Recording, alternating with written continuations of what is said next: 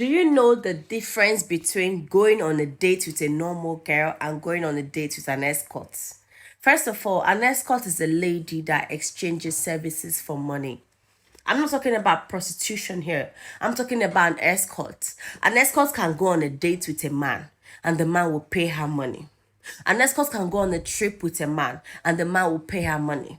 It can buy her gifts. It can be anything. Why are you ladies demanding escort services in place of a date? A man chats you up and said, I like you, I want to get to know you, let's go on a date. And you tell the man, before I go on a date with you, buy me hair.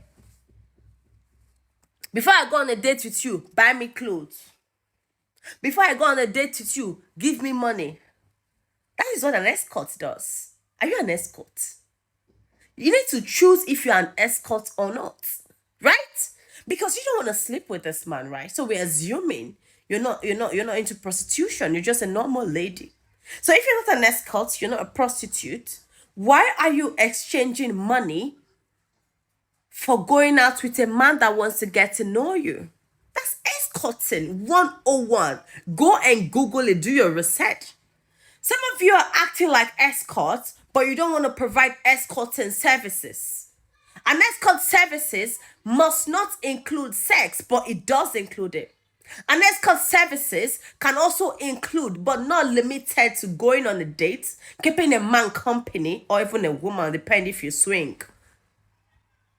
You go on a trip. We have seen instances where men will take you on a trip, you take money and all that, and then you start acting otherwise. So what are you? So let's call spade a spade. A man wants to get to know you and invite you on a date. And then you tell the man, please, I want you to make my hair. I want you to buy me a dress. I want you to pay for my makeup. I want you to give me money before I come on a date. Okay. He's a gentleman after all. He assumes you need money, so he does all those things for you.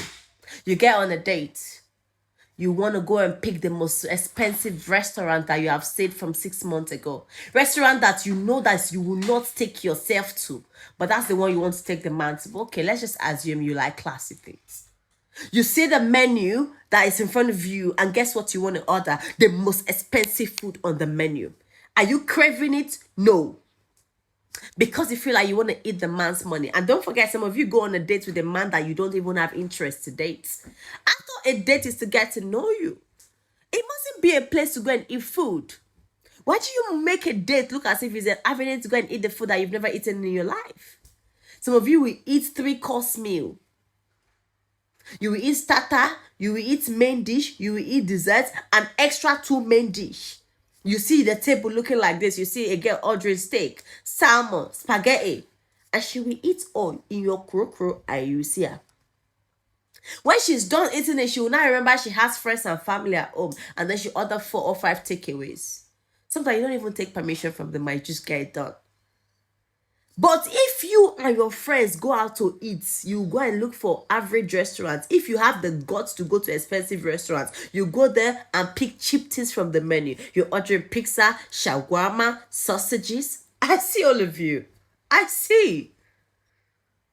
Why can't you do things in a very demure way? Very classy, very posh. Something you know you cannot buy for yourself. But when somebody else wants to buy for you, learn to do things in a classy way. It saves you some insults. Because after all these things, if a man starts demanding for your body, say, men are this, men are that, he thinks I'm a prostitute. Honey, I just told you to go and learn the difference between an escorting service and a normal girl. Know which one you're doing, so you do it to the fullest. Do it with your full chest. Not they cut corners. Some of you know they cut corner with the seer. Don't cut corners. Anything you want to do it well. We both say anything worth doing is worth doing well. She? It's not like I like to talk. Some of you say, oh, I don't like women. I like women, and it's why I'm giving you the cheat code. These are things that will stop you from being disrespected. When a man asks you on a date, please, my darling sisters, go to your wardrobe and pick a nice dress from your wardrobe. Pick a nice trouser on your wardrobe. It mustn't be a fancy dress. It mustn't be a fancy trouser. It mustn't be a this. Unless the man specifies and say, please, I want you to wear makeup for me. I want you to wear hair for me. And you know you don't have. Tell the man, please, I don't have. And if he insists, then you can tell him to bring money for you. Otherwise, I see no reason why a man that is asking you on a date will have to provide the things you're going to wear on a date. I don't get the correlation. I've lived in a lot of countries and I don't see how it works.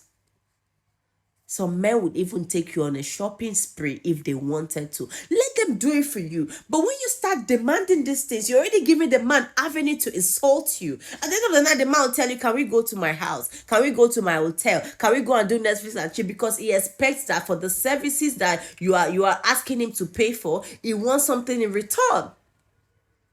Save yourself insults, ladies.